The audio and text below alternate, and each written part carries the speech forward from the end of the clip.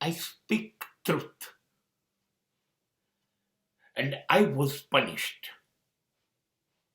It was my habit to speak only and only truth, nothing else.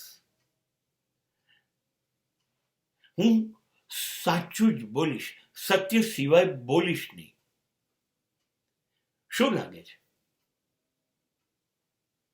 આ વાત હું નિભાઈ શકીશ? મને શંકા છે. સત્ય બોલવું એટલે જે છે એ બોલવું, અને જે છે એ સ્વીકાર્ય નથી હોતું. અને માટે એવું કહેવાય છે કે સત્ય કડવું હોય છે, મીઠું નથી હોતું, તમને ગમે એવું નથી હોતું.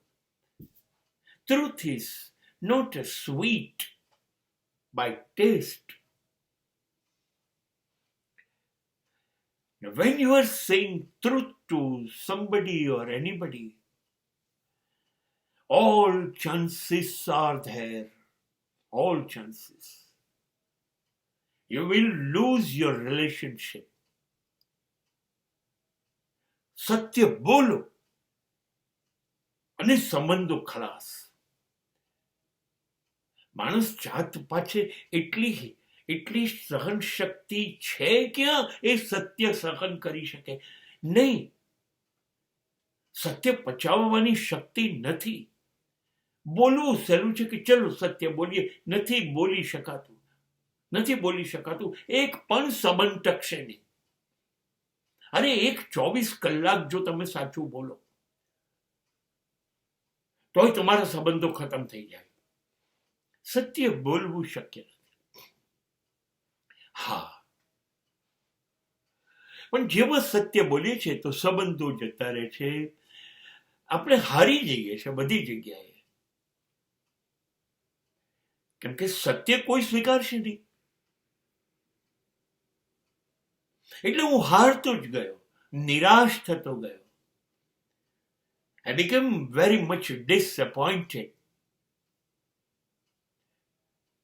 અને પછી કંટાળી જાય ને માણસ. ક્યાં સુધી સાચું બોલશે? સતત હારવું, સતત નિષ્ફળ જવું, સતત સહન કરવું કોને ગમે? એટલા માટે મને પછી મારું કોઈ પક્ષ નહોતું લેતું. મને ક્યાંય ન્યાય ન મળ્યો. અને તેથી મને થયું છોડો હવે, બધા જ જો અસત્ય બોલે છે, ખોટું બોલે છે અને સુખી છે, શાંત છે, લાભમાં છે, ફાયદામાં છે, ચલો let me change my party, let me change my mood.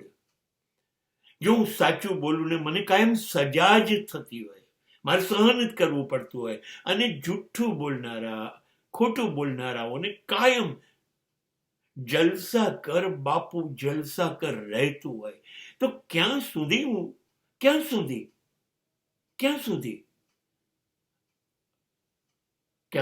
હું સહન કરીશ? નહીં, હું પણ અસત્યના રસ્તે ચડી ગયો, જૂઠું બોલતો થઈ ગયો. અને જૂઠું બોલો છો ને એટલે પછી તમારું વર્તન પણ જૂઠું થઈ જાય છે, વ્યવહાર પણ જૂઠો થઈ જાય છે.